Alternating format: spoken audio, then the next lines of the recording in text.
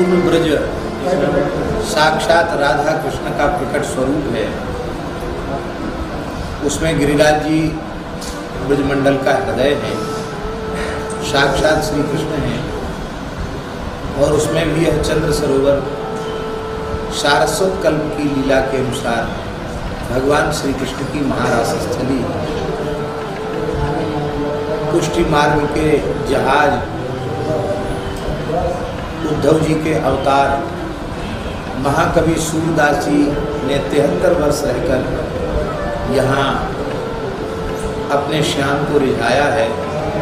1.25 लाख पदों की रचना, ऐसा कहा जाता है कि इसी स्थान पर बैठकर उन्होंने की। वल्लभकुल का भी यह एक महान तीर्थ है और इस महान तीर्थ को जागृत करने का श्रेय 2 महापुरुषों को है। एक पूज्य बाबा श्री ठाकुरदास जी महाराज, पंडित जी महाराज की आज्ञा से वे यहाँ आकर विराजे। और आज जो कुछ दिख रहा है संस्कार ब्रजवासियों में, ये जो कुछ उत्सव भाव भक्ति दिख रही, इसमें बाबा का योगदान है। बाबा यहाँ विराजे, बाबा ब्रजवासियों से प्रेम करते और ब्रजवासी बाबा से प्रेम करते।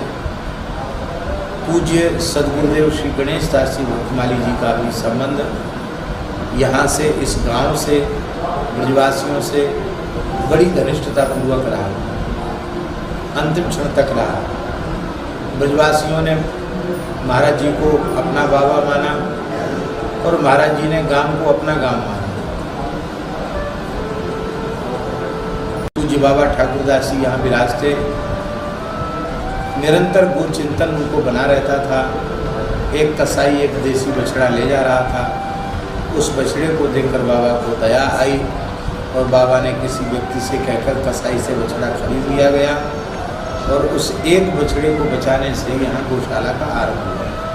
फिर पूज्य गुरुदेव श्री गणेश दास जी भक्तमाली जी महाराज की अध्यक्षता में एक समिति का गठन हुआ और यहाँ गौशाला विधिवत आरंभ हुई। अपने समय की सबसे पुरानी गौशाला ये है। इस गौशाला से अनेक गौशालाओं का जन्म हुआ।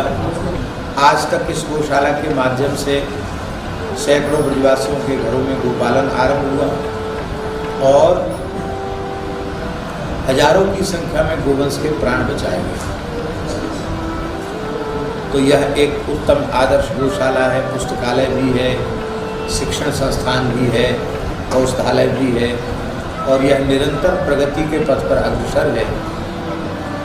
आज आवश्यकता है सभी गोभक्त, राष्ट्रभक्त, भारतीय सनातन विचारधारा में श्रद्धा रखने वाले लोग, वैष्णवजन, सबके सहयोग की आवश्यकता है और प्रेम से गौशाला को सब अपनी मान करके इसमें सहयोग करें।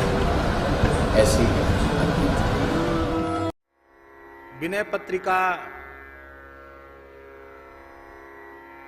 ऐसा अनुपम ग्रंथ है गोस्वामी तुलसीदास जी महाराज का कि इस एकमात्र ग्रंथ का आश्रय कोई साधक ले ले तो साधक जीवन के समस्त प्रश्नों का समाधान हो जाएगा। भगवत प्राप्ति का मार्ग प्रशस्त ही नहीं हो जाएगा, ईमानदारी से यदि विनय पत्रिका का चिंतन करे, उसे अपना जीवन बनावे तो इसी शरीर से इसी जन्म में निश्चित भगवत साक्षात्कार हो जाएगा, इसमें कोई संदेह नहीं। समर्थ सद्गुरु जो कार्य करते हैं वही कार्य विनय पत्रिका करती है। जैसे अष्टादश पुराणों का सार सर्वस्व फलरूप श्रीमद् भागवत है और भागवत को लिखने के बाद भगवान व्यास पूर्ण संतुष्ट हुए, फिर और कुछ जीवों के कल्याण के लिए लिखने की आवश्यकता नहीं है, अब हमारा प्रयोजन पूर्ण हो गया, ऐसा भगवान व्यास जी ने समझा। ठीक इसी प्रकार से भगवान की प्रेरणा से कलिमल ग्रसित जीवों के ऊपर अत्यंत अनुग्रह करके कलियुग के दोषों से बचने के उपाय के रूप में जीव का परम कल्याण हो जाए, इसी जन्म में भगवत प्राप्ति हो जाए, साधक के अंतःकरण का ज्ञान, वैराग्य, भक्ति तीनों सुदृढ़ हो जाएं, परम परम प्रेम उसे प्राप्त हो जाए, वह कृतकृत्य हो जाए, कृतार्थ हो जाए, इसी प्रयोजन के लिए मानव गोस्वामी जी ने अपनी अंतिम कृति के रूप में इसको प्रकट किया। इसको YouTube पर प्रचारित भी किया जा रहा है, इस प्रसारण भी इसका किया जा रहा है। उसको जो भी देखेंगे उन्हें घर बैठे नित्य सत्संग प्राप्त हो जाएगा। और हम ऐसा अनुभव करते हैं कि उन्हें यह नहीं लगेगा, जितनी देर वे सुनेंगे उनको नहीं लगेगा कि हम वृंदावन से दूर हैं। आप अपने घर में बैठकर यह अनुभव करेंगे कि हम संतों के, गुरुजनों के चरणों में श्रीधाम वृंदावन में ही भावमय स्वरूप से बैठकर श्री विनय पत्रिका के माध्यम से सत्संग। भक्त भक्ति भगवंत गुरु चतुर नाम बपु एक, इनके पद वंदन किए नाशे विघ्न अनेक। बंदौ गुरुपद कंज कृपा सिंधु नर रूप हरि, महामोह तम पुंज जासु बचन रवि कर निकर। बंदौ तुलसी के चरण जिनकीन्हो जग काज, कलि समुद्र बूढ़त लख्यो प्रगट्यो सप्त जहाज।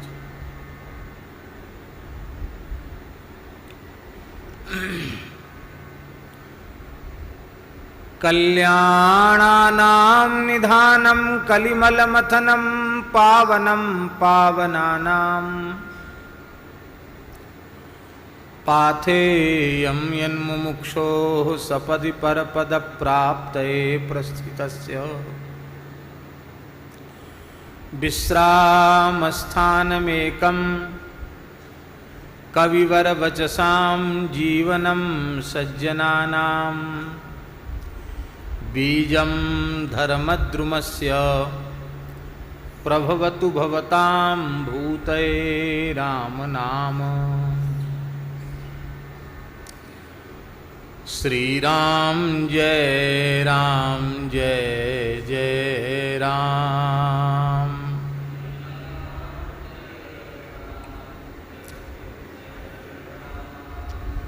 श्री राम जय जय राम।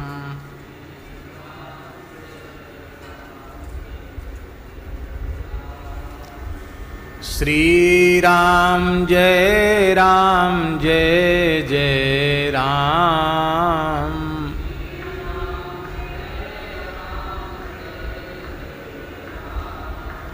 श्री राम जय जय राम।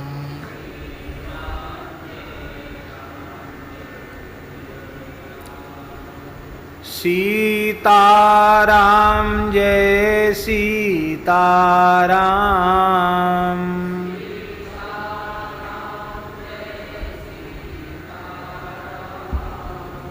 राधे श्याम जय राधे श्याम।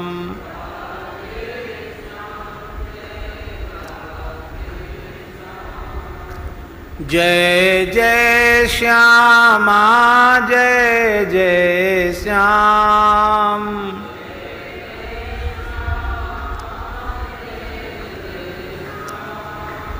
जय जय श्री वृंदावन धाम।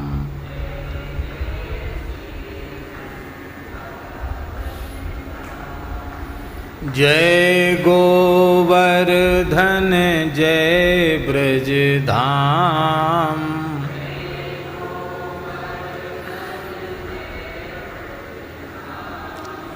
श्री यमुना जी ललित ललाम।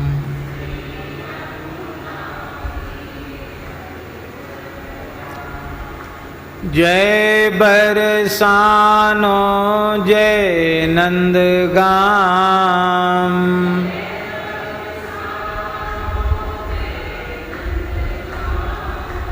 रावल गोकुल अति अभिराम।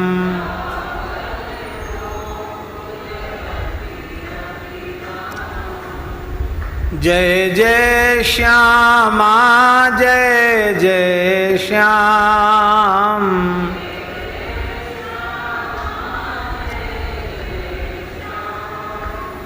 जय जय श्री वृंदावन धाम।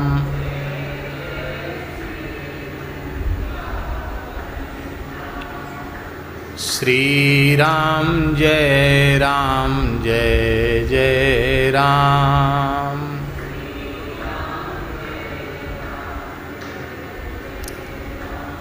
श्री सीता रामचंद्र भगवान की जय।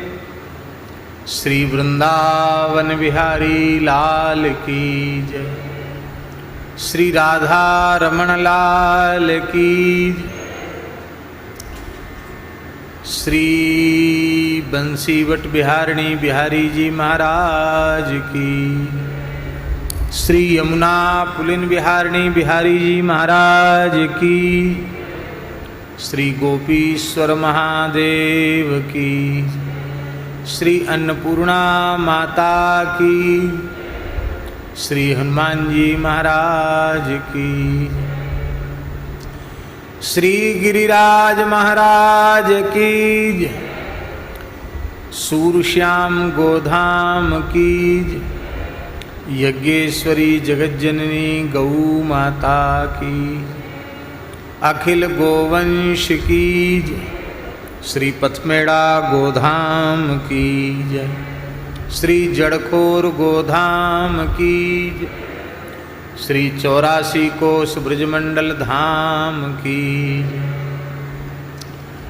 पूज्य सद्गुरुदेव श्री पहाड़ी बाबा जी महाराज की। पूज्य सद्गुरुदेव श्री भक्तमाली जी महाराज की। पूज्य सद्गुरुदेव पंडित श्री भक्तमाली जी महाराज की। पूज्य सद्गुरुदेव भक्तमाली श्री मामा जी महाराज की। संकीर्तन सम्राट श्री प्रेम भिक्षु जी महाराज की। परम पूज्य श्री काश्मीरी बाबा जी महाराज की जय। श्री गोस्वामी तुलसीदास जी महाराज की जय। श्री विनय पत्रिका जी की जय। सब संतन की जय। सब भक्तन की जय। सब विप्रन की जय। समस्त ब्रजवासीन की जय। जय जय श्री राधे। प्रेम मूर्ति श्री भरतलाल जी महाराज की जय।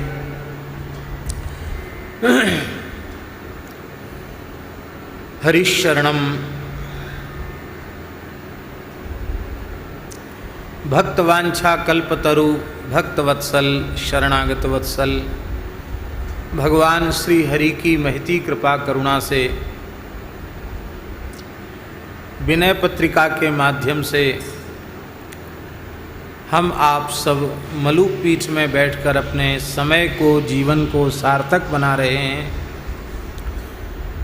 पद संख्या 39 की चर्चा हो रही थी। भरत जी की स्तुति।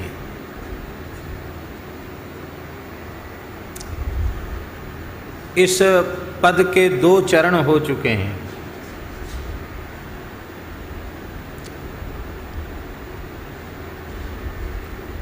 दो पद्य हो चुके हैं। कुल 5 पद्य हैं इसमें। एक बार पद का स्मरण कर लेते हैं। जयति भूमिजा रमण पद कंज मकरंद रस रसिक मधुकर भरत भूरि भागी। भुवन भूषण भानुवंश भूषण भूमिपालमण रामचंद्रानुरागी।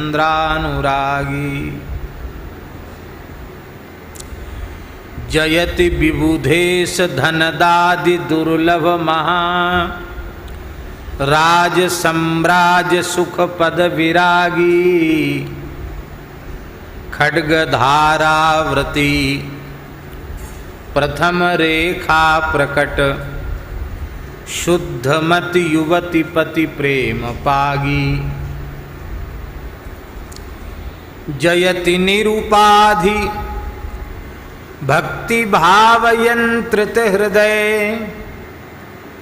बंधुहित चित्रकूटाद्रिचारी,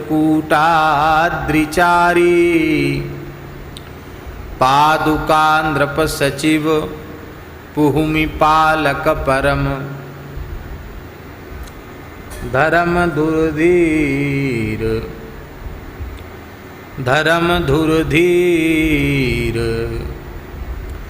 बरवीर भारी, जयति संजीवनी समय संकट हनुमान, धनुवान महिमा बखानी,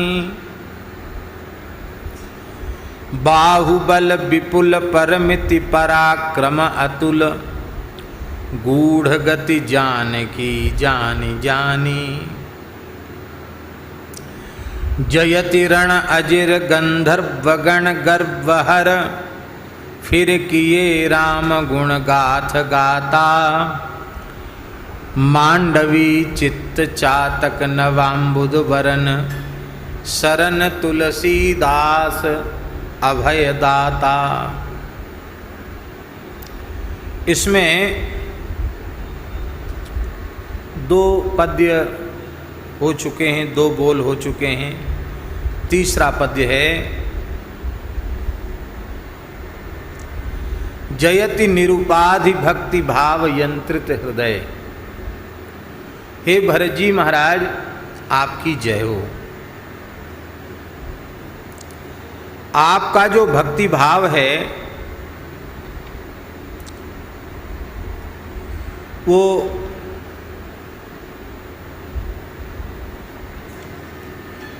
सर्वथा उपाधि रहित है।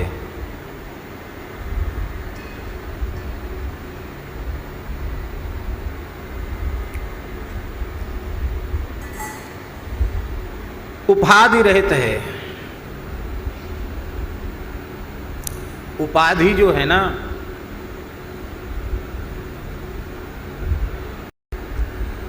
अविद्या मायाकृत जो दोष हैं उन्हें उपाधि कहा जाता है। जैसे यह देह भी उपाधि है, गेह संसार यह भी उपाधि है।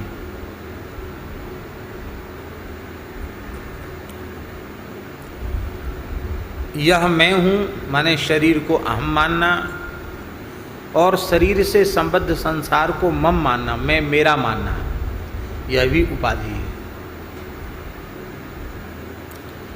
भगवान स्वयं निरुपाधिक हैं।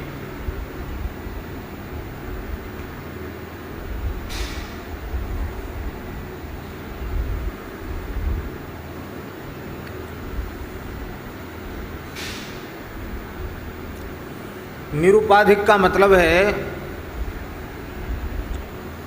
मायाकृत उपाधियों से भगवान सर्वथा शून्य है।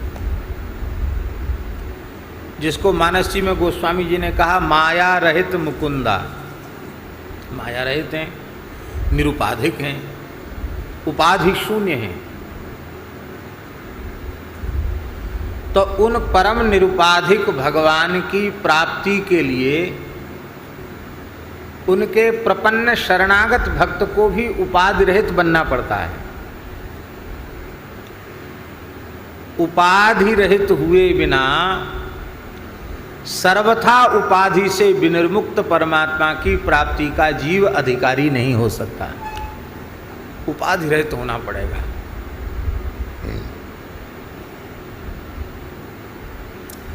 उपाधि रहित होने के दो साधन हैं। एक तो है पूर्ण ज्ञान और एक है पूर्ण भक्ति। ये दो ही साधन हैं। जैसे जड़ भरत जी महाराज वो विचर रहे थे, सिंधु सौवीर देश का राजा रघुगण ज्ञान प्राप्ति की कामना से कपिलाश्रम जा रहा था। उसकी पालकी का एक कहार बीमार पड़ गया। बोले किसी एक मोटे तगड़े मजबूत व्यक्ति को पकड़ लाओ, बेगारी में लगा दो उसको।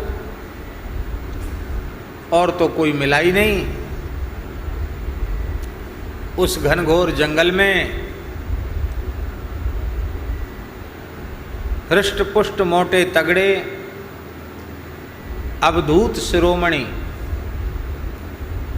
श्री जड़भरत जी महाराज दिखाई पड़ गए। पकड़ लिया उनको और पालकी में जोत दिया, कहारों के साथ पालकी में लग गए। क्योंकि वे सर्वथा अहंकारादि उपाधियों से विनिर्मुक्त थे,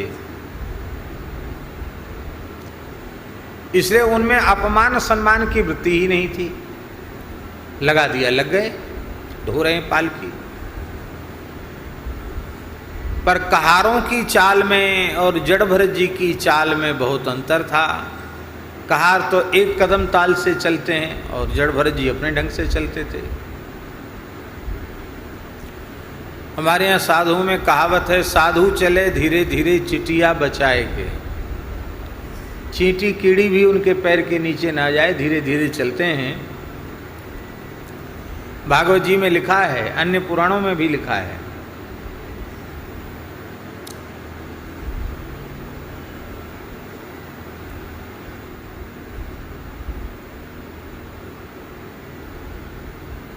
दृष्टिपूतम क्षिपेत पादम। दृष्टिपूत पैर रखे, नजर से पहले उस भूमि को देख ले ठीक ठाक है कि नहीं, दृष्टि से यह भूमि पवित्र है कि नहीं, ऐसा विचार कर अपना पैर रखे। किसी अपवित्र पदार्थ पर पैर न पड़ जाए, किसी जीव पर पैर न पड़ जाए, यह विचार करके पैर रखे। दृष्टिपूतम क्षिपेत पादम या न्यसेत पादम। वस्त्रपूतम पिबेत जलम, कपड़े से छान करके जल पिए।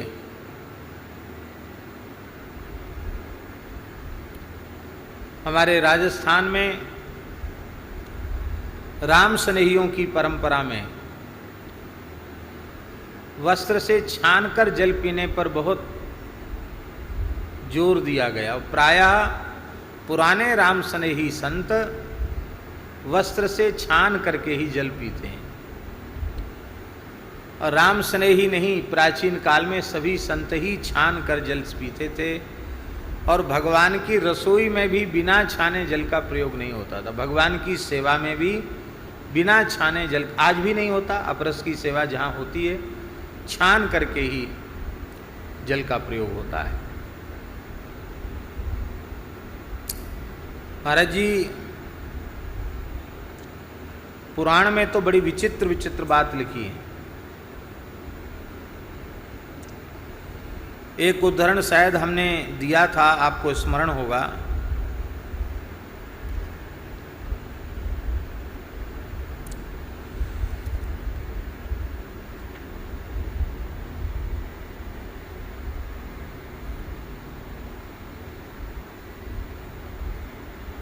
लिंग पुराण अध्याय 89 का श्लोक।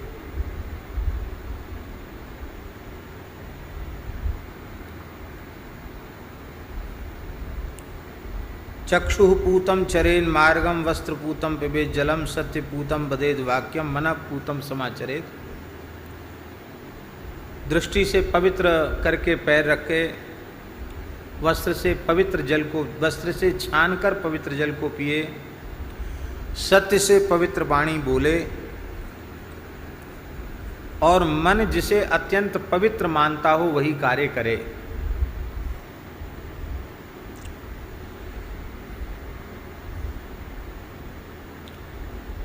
अब सुनो, बिना जल छाने पिए क्या दोष लगता है, सो सुन लो। वो श्लोक हम कहना चाहते थे। मत्स्य बोले क्या करें, हम तो जानते ही नहीं थे और पी लिया हमने बिना छाने पानी, अब क्या करें। तो प्रायश्चित भी दिया है। अपूतोदक पाने तु जपेच्च शतपंचकम अघोर लक्षणम मंत्रम तत् शुद्धिम वाप्नुयात। बिना छाने जल पी ले तो 500 की संख्या में अघोर मंत्र का जप करना चाहिए। अब अघोर मंत्र वैदिक है, उसका जप न करो तो महामंत्र का जप कर लो, कोई बात नहीं, क्योंकि नाम मंत्र में सबका अधिकार है। कम से कम 500 महामंत्र का जप करो। आप ये भी नहीं कर सकते हो तो पंचामृत से भगवान शिव का अभिषेक करो और 3 बार प्रदक्षिणा करो तो मुक्त हो जाओगे उस पाप से। एक प्रायश्चित ये भी दिया है। अथवा पूजेत शंभुम घृतस्नानादि विस्तरैः त्रिधा प्रदक्षिणीकृत्य शुद्ध्यते नात्र संशयः।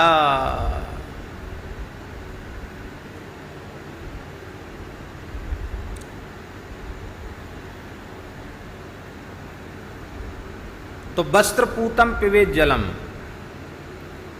वस्त्र से पवित्र जल पीना चाहिए। मनः पूतम समाचरेत, तो यहाँ श्री जड़भरत जी महाराज वो दृष्टिपूत करके अपना चरण पधराते हैं। कोई अमेध्य अपवित्र वस्तु दिखाई पड़ गई तो उसको नहीं छूना चाहते पैर से, अथवा कोई कीड़े मकोड़े चींटियां आ गईं तो आप तो अवधूत ठहरे छलांग लगा देते सीधी। तो लंबी दूर तक चींटी क्या करें, एक छलांग लगाते। कहार तो 3 थे और ये अकेले थे, लेकिन वो बेचारे संसारी गृहस्थी भोगी, और ये तो परमहंस महात्मा अवधूत ऊर्ध्वरेता ब्रह्मचारी, ये इतनी जोर का झटका देते कि वो 3 के 3 ऐसे हो जाते, लुढ़क जाते, और पालकी में बैठे रघुगण का माथा टकरा जाता। उसने कहा, रे मूर्खो, मुझ जीवित को तुम मरे हुए मुर्दे के समान ढोकर ढोकर ले जा रहे हो, हैं? मृतकवन माम बहसी, मृतक के समान मुझे ढोकर के ले जा रहे हो। तुम्हें पता नहीं है इस पालकी में कौन बैठा है? सिंध सौवीर देश का राजा बैठा है, रघुगण।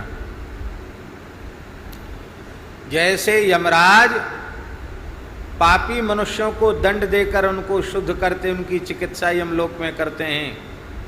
दंड पाणी रिव, मैं दंड पाणी यमराज के समान तुम्हारी चिकित्सा करूंगा। प्रकृतिम स्वाम भजिष्यसि, तब तुम होश में आओगे, तब तुम्हारी बुद्धि ठिकाने आएगी।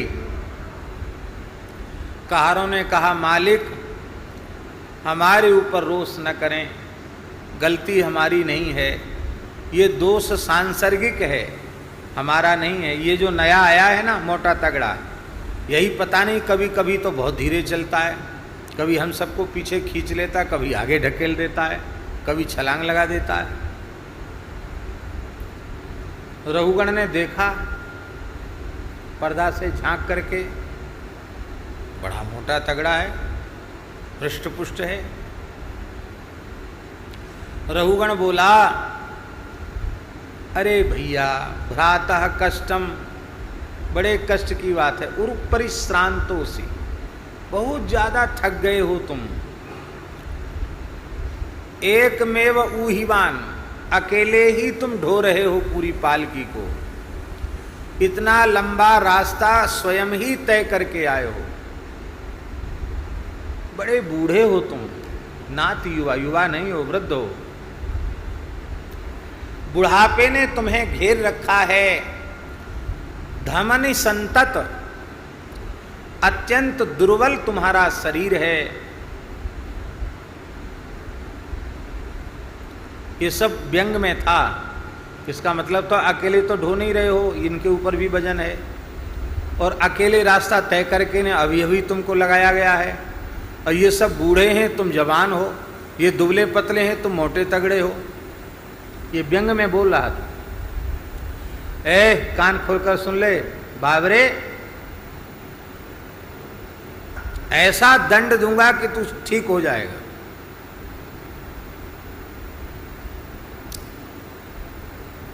इस प्रकार से डांटने पर आपको क्रोध तो नहीं आया, क्योंकि शरीर का अध्यास है ही नहीं।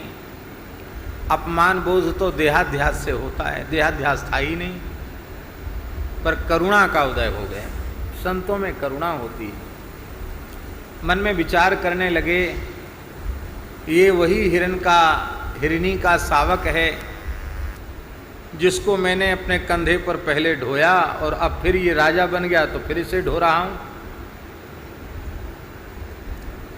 मैंने इसके कल्याण की कामना की तो उस कल्याण की कामना का परिणाम यह हुआ कि यह मनुष्य बना, मनुष्यों में राजा बना, और राजा में भी इसके मन में भगवत स्वरूप को जानने की इच्छा उत्पन्न हुई। भले ही बेचारा रजोगुणी होने के कारण उसकी पद्धति नहीं समझता है, लेकिन ये कल्याण कामी तो है, कल्याण का इच्छुक तो है। दया आ गई और उन्होंने कहा कि राजन, तुमने कहा है कि तुम अकेले ही रास्ता तय करके आए हो, तो ये तुम्हारी बात तो हमें बेकार लगती है, समझ में नहीं आती, झूठी है। क्योंकि जो राहगीर होगा, चलने वाला होगा, उसके लिए मार्ग होगा। मैं चलने वाला ही नहीं तो मेरे लिए मार्ग ही क्या होगा। शरीर चलने वाला है, मैं कहां चलने वाला हूं। तुमने कहा कि तुम्हें बुढ़ापे ने घेर रखा है, या तुम दुबले पतले हो, तो बालक होना, युवा होना, वृद्ध होना, दुबला पतला होना, मोटा तगड़ा होना,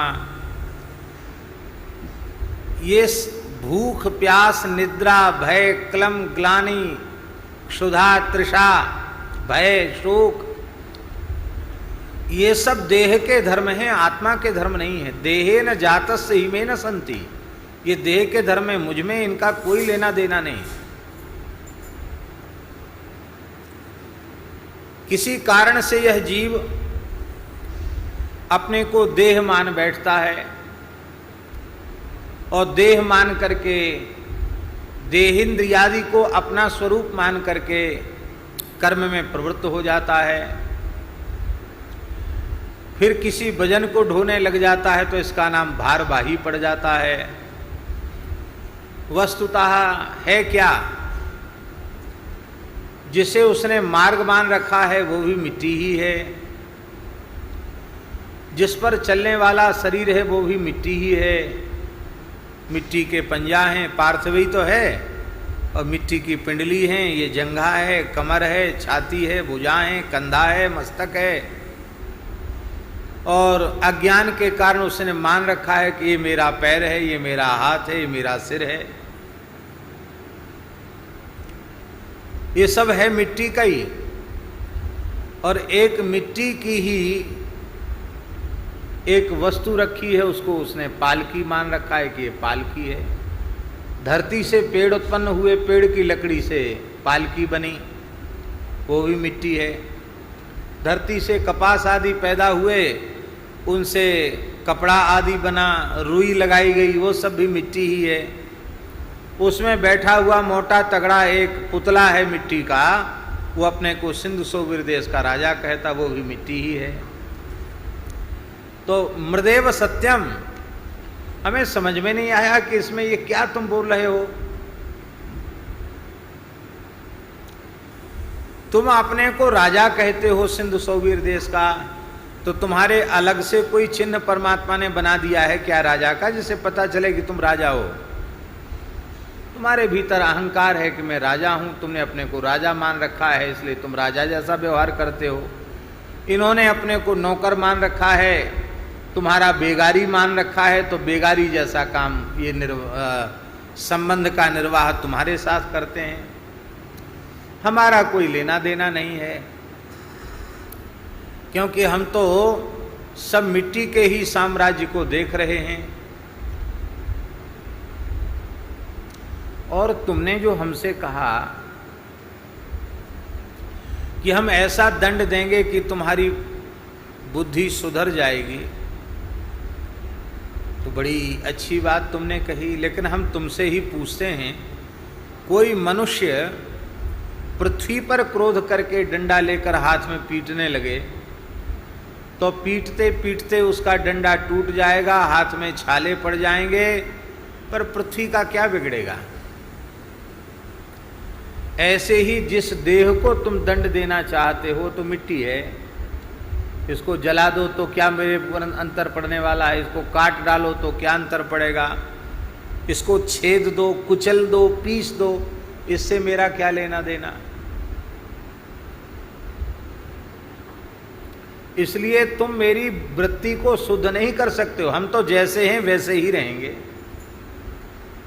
हमारे में बदलाव तुम नहीं ला सकते हो, परिवर्तन नहीं ला सकते। रघुगण ने कहा, सोचा मन में कि ये तो कोई महात्मा मालूम पड़ते हैं। पालकी से कूद करके चरणों में आ गया, बोला महाराज हम इंद्र के वज्र से नहीं डरते हैं, शंकर जी के त्रिशूल से नहीं डरते हैं, विष्णु के चक्र से भी नहीं डरते हैं, पर ब्राह्मण के अपमान से जरूर डरते हैं।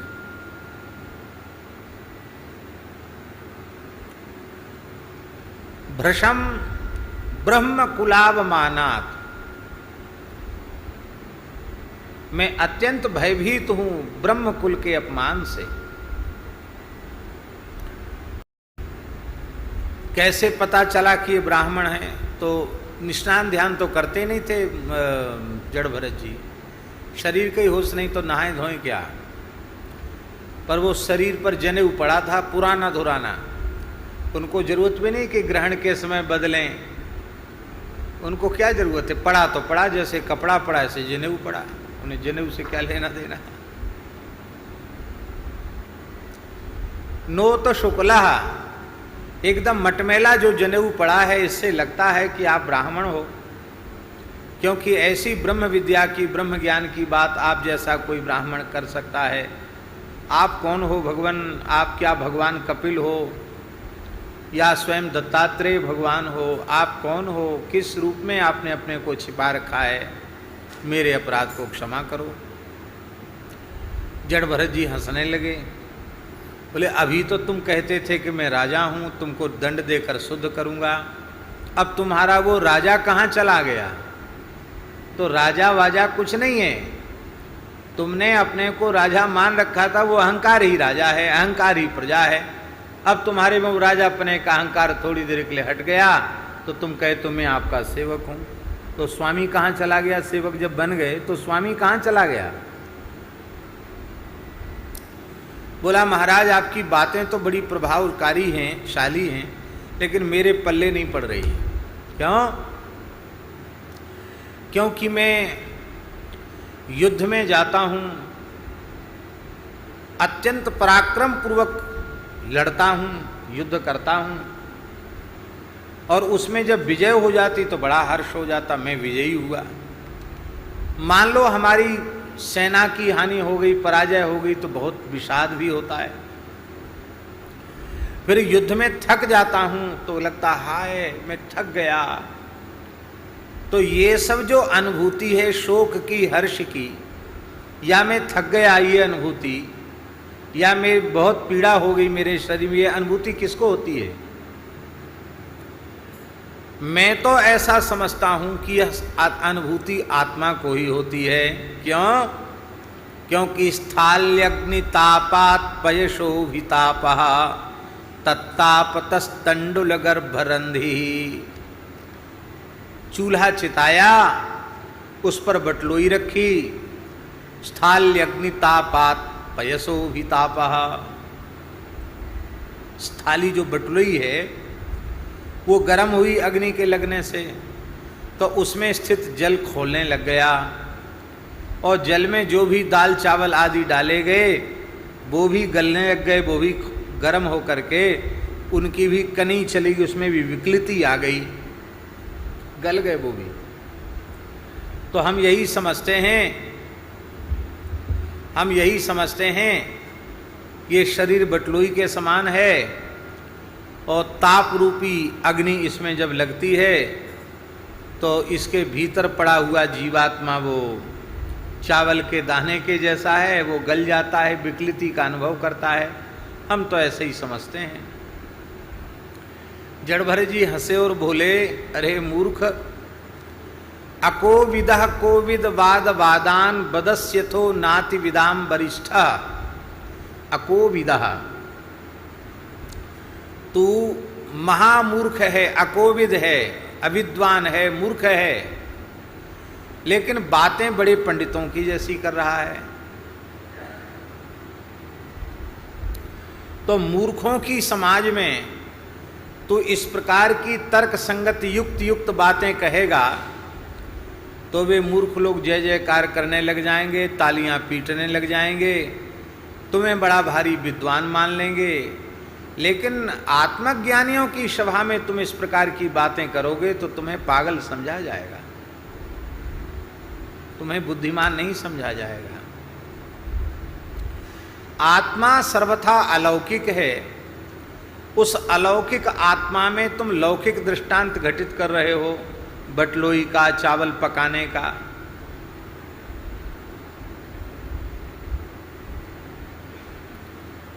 बहुत विस्तार से उन्होंने समझाया और उसके मोह की निवृत्ति हुई। रहुगण को तत्वज्ञान प्राप्त हुआ और अंत में इस सब समझाने के बाद ये बात भी कह दी कि ये केवल कहने सुनने से ये ज्ञान नहीं होता है। कहना सुनना तो चाहिए ही, पर केवल कथनोपकथन से, केवल किसी पुस्तक को पढ़ लेने मात्र से यह ज्ञान नहीं होता। ये उपाधि रहित ज्ञान कैसे होता है, अथवा जीव को सर्वथा मायाकृत उपाधियों से विनिर्मुक्त अवस्था प्रदान करने वाला जो ज्ञान है वो कैसे प्राप्त होता है। रहु गणई तत्तपसा न याति न चेज्यया निर्वपणाद ग्रहाद्वा न छंदसा नैव जलाग्नि सूर्यैर बिना महत्पाद रजोभिषेकम। जिस दिव्य ज्ञान को प्राप्त करके तू कृतार्थ होना चाहता है, वह ज्ञान जो जीव को सहज स्वरूप की प्राप्ति कराने वाला है, जीव पाव निज सहज स्वरूपा। और वह सहज स्वरूप क्या है? ईश्वर अंश जीव अविनाशी चेतन अमल सहज सुख राशि।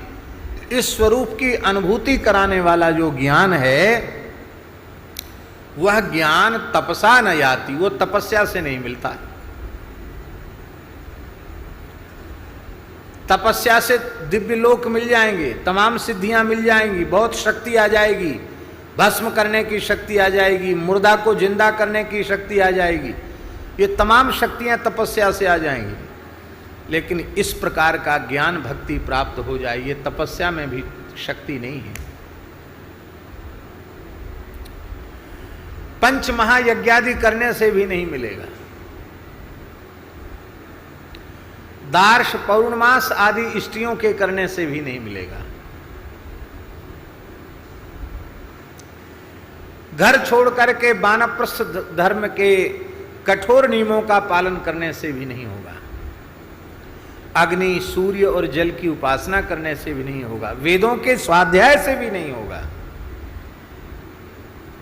इसका आशय ये मत समझ लेना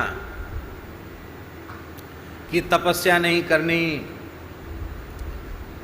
वेद नहीं पढ़ना, ये ऐसा नहीं। केवल इनसे नहीं होगा, ये सब तो हैं, पर इनके साथ मुख्य बात है, जरूरी अत्यंत आवश्यक बात यह है कि ये सब यदि हैं, तपस्या, इज्जिया, निर्वपण, ग्रह त्याग, अग्नि, सूर्य, जल आदि की उपासना, वेदों का स्वाध्याय, ये सब है, किंतु किसी महत्पुरुष का चरणाश्रय नहीं है, तो ये सब साधन एक साथ मिलकर भी जीव को न तो पूर्ण ज्ञान देने में समर्थ हैं, न रस रूपा विशुद्धा प्रेम लक्षणा भक्ति देने में समर्थ हैं।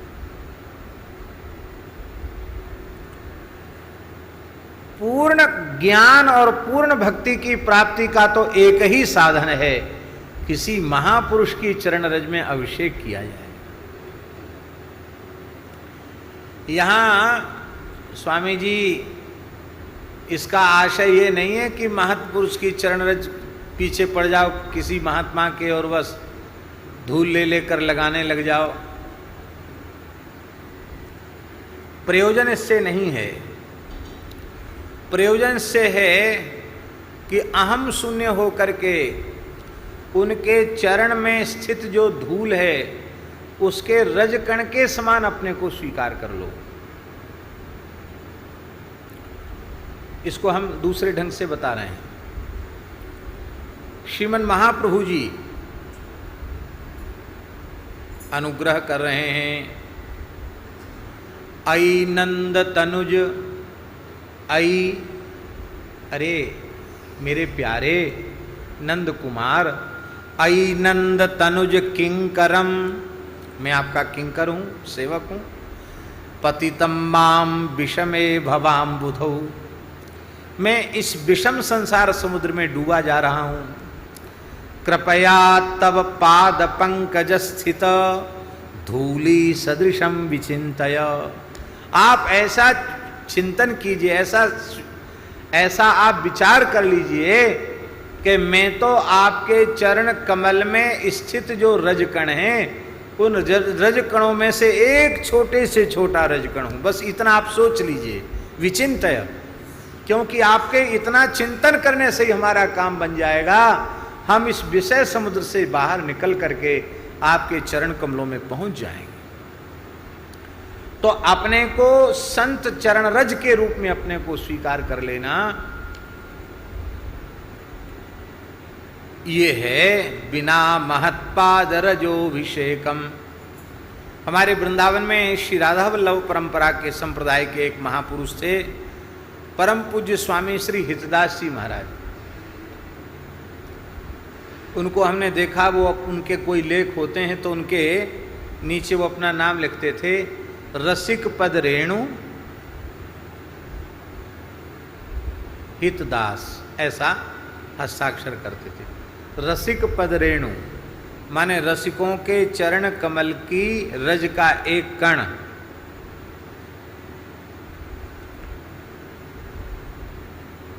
धूली सदृशम विचिंता है।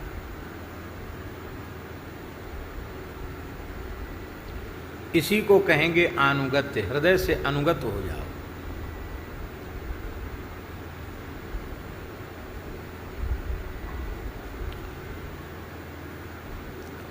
तो जड़ भरत जी को जो ये अवस्था प्राप्त हुई वो ज्ञान से हुई। भक्ति से भी यही उपाधि रहित अवस्था प्राप्त हो जाती है।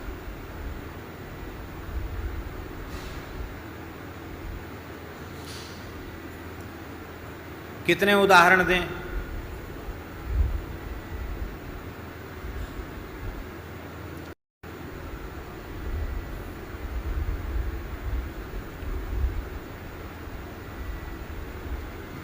नाहम विप्रो नच नरपति ही।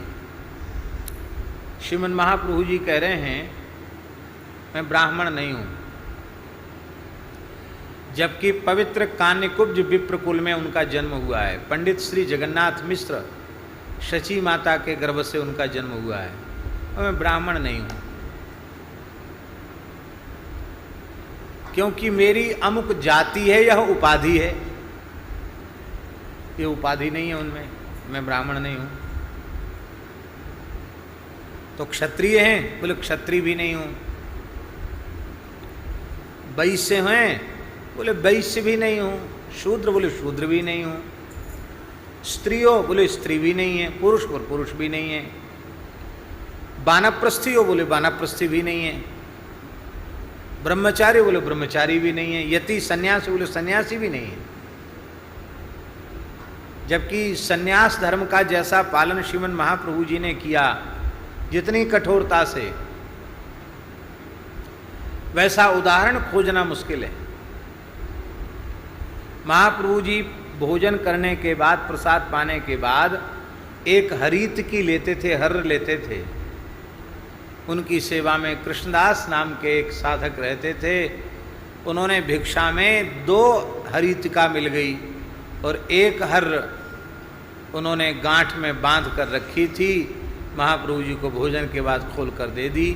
रोज वह हर्र भी भिक्षा में आती थी, रोज नित्य, कल के लिए नहीं छोड़ी जाती थी हर्र। महाप्रभु जी ने सेवा से पृथक कर दिया। तुमने संग्रह कर लिया, तुम हमारे धर्म को नष्ट कर दोगे, सन्यास धर्म में बाधक बन जाओगे, तुम अब हमारी सेवा में नहीं रह सकते, निकाल दिया। वो कहते हैं यति ही, मैं यति भी नहीं हूं। हो क्या भाई, सब कुछ मने करते चले जा रहे हो क्या? मैं कुछ भी नहीं हूं, फिर भी तो कुछ होगे। बोले हाँ सो तो हूं ही। कहो क्या हो? गोपी भर्तु पद कमलयोर दास दासानुदास। मैं श्री गोपीनाथ श्री श्याम सुंदर के चरण कमलों का कोई दास, उसके भी चरण कमलों का कोई दास, उसके भी चरणों का दास में हूं। ये मेरा परिचय है। ये है भक्ति के द्वारा उपाधिरहित अवस्था। और ज्ञान और भक्ति में आगे चलकर विशेष अंतर नहीं रह जाता है। अंतर इसलिए नहीं रह जाता है क्योंकि एक बड़ी बारीक बात हम आपसे बोल रहे हैं, बहुत ध्यान देना।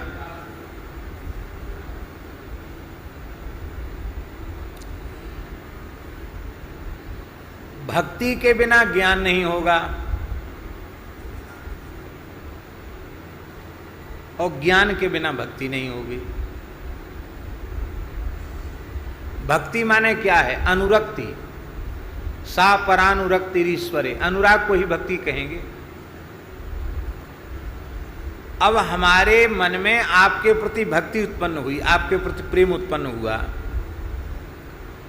तो हमने आपके स्वभाव का चिंतन किया, आपके चरित्र का चिंतन किया, आपके गुणों का चिंतन किया, आपके संबंध में प्रामाणिक पुरुषों से बहुत कुछ जानने का प्रयास किया, बहुत कुछ जाना, बहुत कुछ सुना। तो इस सब से क्या होगा? इस सब से आपके स्वरूप का ज्ञान हो गया। तो जितना जितना आपके स्वरूप का, स्वभाव का, गुणों का, महिमा का, प्रभाव का, स्वभाव का ज्ञान होता चला गया, उतनी अधिक आपके प्रति भक्ति दृढ़ होती चली गई। इसलिए अज्ञान पूर्वक भक्ति नहीं, ज्ञान पूर्वक भक्ति। दूसरी बात यह है, अब देखो भक्ति न होती तो जानने की इच्छा उत्पन्न कैसे होती? ज्ञान हुआ, और जब ज्ञान हो गया तो भक्ति पुष्ट हो गई। अंतर नहीं। हाँ, अंतिम अवस्था भी दोनों की एक ही है, थोड़ा सा अंतर। क्या अंतर? ज्ञानी अपने से अनतिरिक्त रूप में जगत को परब्रह्म के रूप में अनुभव करता है, और भक्त अपने को छोड़कर सारी सृष्टि को भगवत रूप में अपने को दास अनुभव करता है, बाकी सारी सृष्टि को भगवत रूप में देखता है।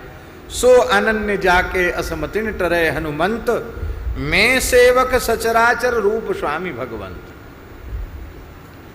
यह अनुभव करता हुआ भी कि मैं दास हूं, तत्व की दृष्टि से फिर भी वह समझता है कि दास माने जीव, और जीव भगवान का अंश है, और अंश में अंशी के गुण होते हैं। जैसे समुद्र की तरंग समुद्र से भिन्न नहीं होती है, ऐसे ही जल तरंग के समान हम भगवान से भिन्न नहीं हैं, ये भी समझ लेता है। लेकिन भगवान बनकर भगवान का स्वाद नहीं लिया जा सकता है, दासानुदास बनकर, भक्त बनकर ही भगवान के नाम रूप गुण लीला का स्वाद लिया जा सकता है। इस दृष्टि से सतत वह अनुभव करता है, मैं भगवान का दास हूं।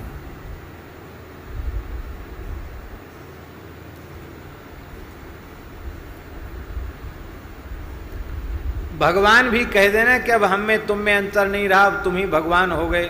कि महाराज आप क्या कहते हो, हमारी आपकी बात हमारी समझ में नहीं आती है, हम तो केवल इतना ही जानते हैं मैं आपका दास हूं, आप मेरे स्वामी। ये भाव संतों का, भक्तों का दृढ़ भाव होता है, इससे वो विचलित कभी नहीं होते। इसी भाव के कारण भगवान के नित्य धाम में पहुंच करके भी वो भगवत सेवा से विमुख नहीं होते, क्योंकि सेवक सोई जो करे सेवकाई, सेवकों का धर्म सेवा करना है, तो चाहे सखा बन के पहुँचें, चाहे सखी बन के पहुँचें, चाहे दास दासी बन के पहुँचें, चाहे मंजरी बन के पहुँचें, सहचरी बन के पहुँचें, वो पहुँच करके सेवा ही करते हैं।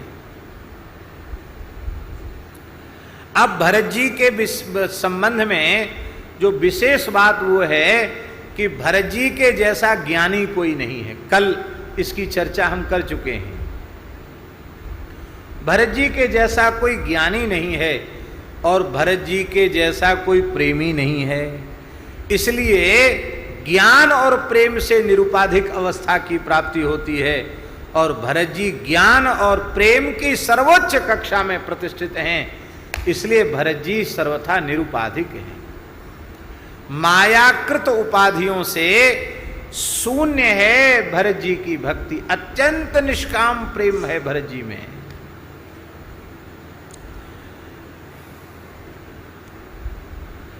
जयति निरुपाधि भक्ति भाव यंत्रित हृदय। हे भरत जी, आपकी जय हो।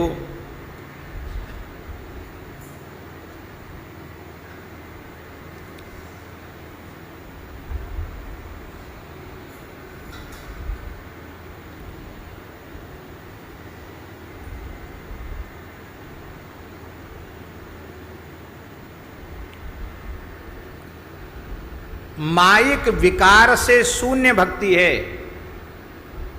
देखो, मायाकृत विकार जितने भी आवेंगे, चाहे ज्ञान में आवे चाहे भक्ति में आवे, वो उतने विक्षेपक ही होंगे। वो जीव को स्वस्वरूप की विस्मृति कराने वाले होंगे और भगवत स्वरूप की विस्मृति कराने वाले होंगे। एक उदाहरण हम दें छोटा सा। श्री कबीरदास जी महाराज महान ज्ञानी और महान प्रेमी।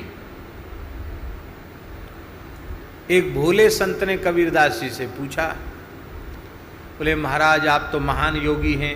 कबीरदास जी में ये सामर्थ्य थी, उनका शरीर तो रहता था काशी में और वो अपने सूक्ष्म देह से चाहे जहाँ विचरण करते थे। कई बार संतों से मिलने चले जाते थे, दक्षिण पूर्व पश्चिम कहीं भी चले जाते, किसी लोक में भी चले जाते थे कबीरदास जी,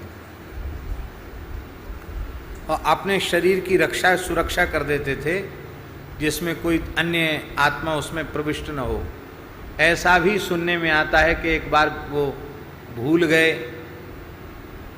घेरा करना, रेखा खींचना, और चले गए तो एक भूत था वो घुस गया। वो भी कोई प्रभावशाली रहा होगा जो कबीर जी के पवित्र देह में घुसा। घुस करके उसने तमाम चेलों को सबको बुलाया, बोला रे अब तक जो हमने कहा था वो बहुत हल्के स्तर की बात थी, अब ऊंचे स्तर की बात बता रहे हैं। और भक्ति, वर्णाश्रम और सदाचार के विरुद्ध तमाम बातें उन्होंने कह दी और उनको पक्का कर दिया। कबीरदास जी घूम फिर के आए तो वो लोग इतने पक्के हो गए थे कि वो कबीरदास जी की ही बात सुनने के लिए तैयार है। वो भूत तो भाग गया,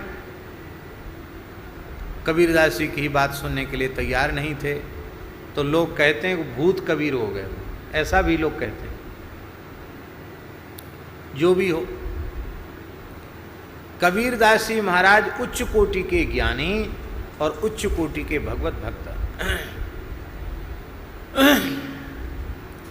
तो संत ने कहा कि आप तो त्रिकालदर्शी हैं, परकाया प्रवेश भी कर लेते हैं, लोक लोकांतर में भी चले जाते हैं, महान सिद्ध महान योगी त्रिकालदर्शी हैं, आपके द्वारा जगत का बहुत हित हुआ है। हम आपसे आपके संबंध में कुछ जानना चाहते हैं। कबीरदास जी ने कहा पूछो। बोले आप कब मरेंगे,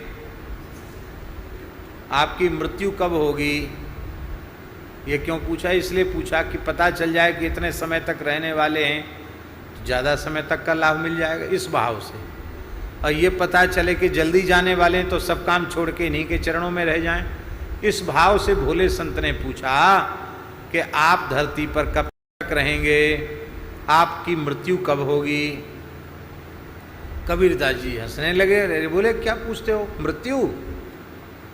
हमारी मृत्यु होगी ही नहीं। अच्छा, लोग तो कहते हैं हम मृत्यु लोक में जो पैदा होता वो मरता है, आप कहते हैं हमारी मृत्यु नहीं होगी। हाँ, बिल्कुल नहीं होगी। राम मरे तो हम मरे, नहीं तो मरे बलाए, अविनाशी का बाल का मरा न मारा जाए। राम जी मरे तो हम मरें, और राम जी ही नहीं मरेंगे तो हम कैसे मरेंगे? अविनाशी का बालक विनष्ट कैसे हो सकता है? ये है उपाधि रहित अवस्था, देहादि की पूर्ण विस्मृति। ईश्वर अंश जीव अविनाशी, चेतन अमल सहज सुख राशि, इस स्वरूप की अनुभूति। तो भरत जी महाराज की जो भक्ति है वो उपाधि रहित है, माने मायाकृत दोषों से शून्य है, मायिक दुर्गुणों से रहित है, बाधा रहित भक्ति है। भक्ति में भी महाराज जी बड़ी उपाधियां आती हैं, बाधा आती हैं। कई बार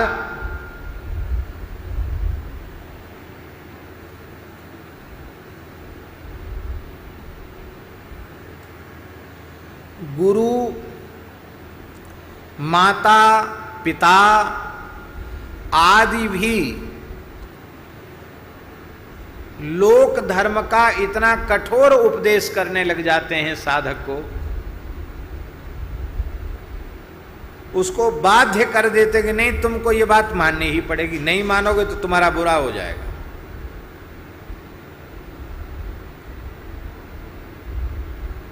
अब वह बेचारा क्या करे?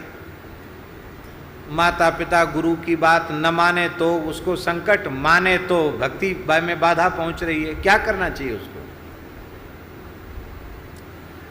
शुक्राचार्य जी ने कहा, हे बलि,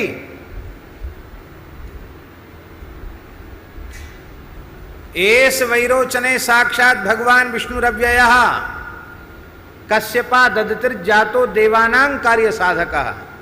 ये देवताओं का काम बनाने के लिए आए हैं, कश्यप जी के घर में अदिति के गर्भ से उत्पन्न हुए हैं ये वामन भगवान। ये तुमको झूठा साबित कर देंगे, तुम्हें नरक भेज देंगे, इसलिए हाथ जोड़ लो, इनको मत दो। बलि बोले, महाराज अब तक तो केवल ब्राह्मण कुमार मानकर देने में श्रद्धा थी, आपने परिचय करा दिया कि ये भगवान है तो सब कुछ इन्हीं का है, हमारा यज्ञ सफल हो गया, यज्ञेश्वर स्वयं आ गए, भिक्षुक बन करके मैं धन्य हो गया, मैं अवश्य दूंगा। बोले, गुरु आज्ञा का उल्लंघन करने से तुमको नरक जाना पड़ेगा। बोले, चले जाएंगे, कोई बात नहीं, भगवान से विमुख नहीं होंगे। जा श्रीहीन हो जा, मैं श्राप देता हूं। बोले, हो जाऊं, कोई बात नहीं, भगवान से विमुख नहीं हो सकता, मैं तेरा त्याग करता हूं। बोले, आपकी जैसी इच्छा, भगवान से दूर नहीं हो सकता।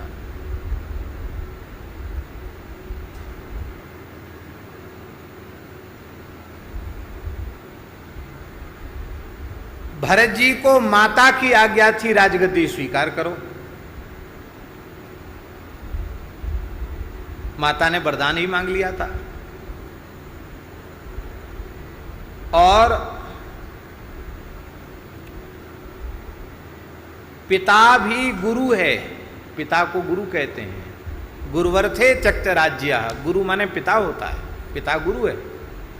और पितुर 10 गुना माता गौरवे नातिरिच्यते, पिता से 10 गुना अधिक महत्व माता का है।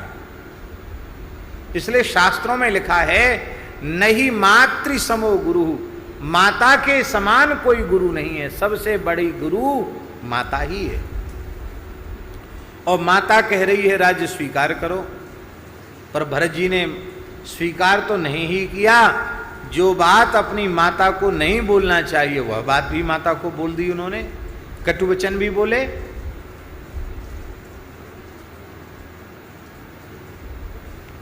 प्रहलाद जी महाराज अपने पिता हिरण्यकशिपु के प्रति बड़ी भक्ति रखते थे, प्रणाम भी करते थे और बड़े विनम्र रहते थे पिता के सामने।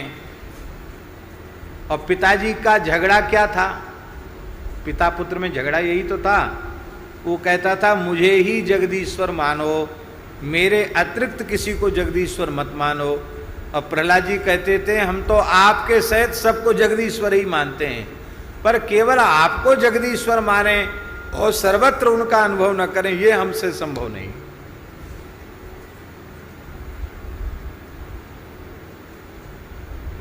तो कई बार माता पिता गुरु भी बाधा उत्पन्न करने वाले हो जाते हैं, पर भरत जी की भक्ति में किसी ने बाधा उत्पन्न नहीं की। भरत जी वाल्मीकि रामायण में तो लिखा है जगरहे च पुरोहितम। जगरहे का अर्थ क्या है महाराज जी? हैं? हाँ, जगरहे माने निंदा की, निंदयामास। भरत जी ने गुरु जी की निंदा की। अरे राम राम, गुरु निंदा, राम राम राम राम। हरि गुरु निंदा सुनई जो काना,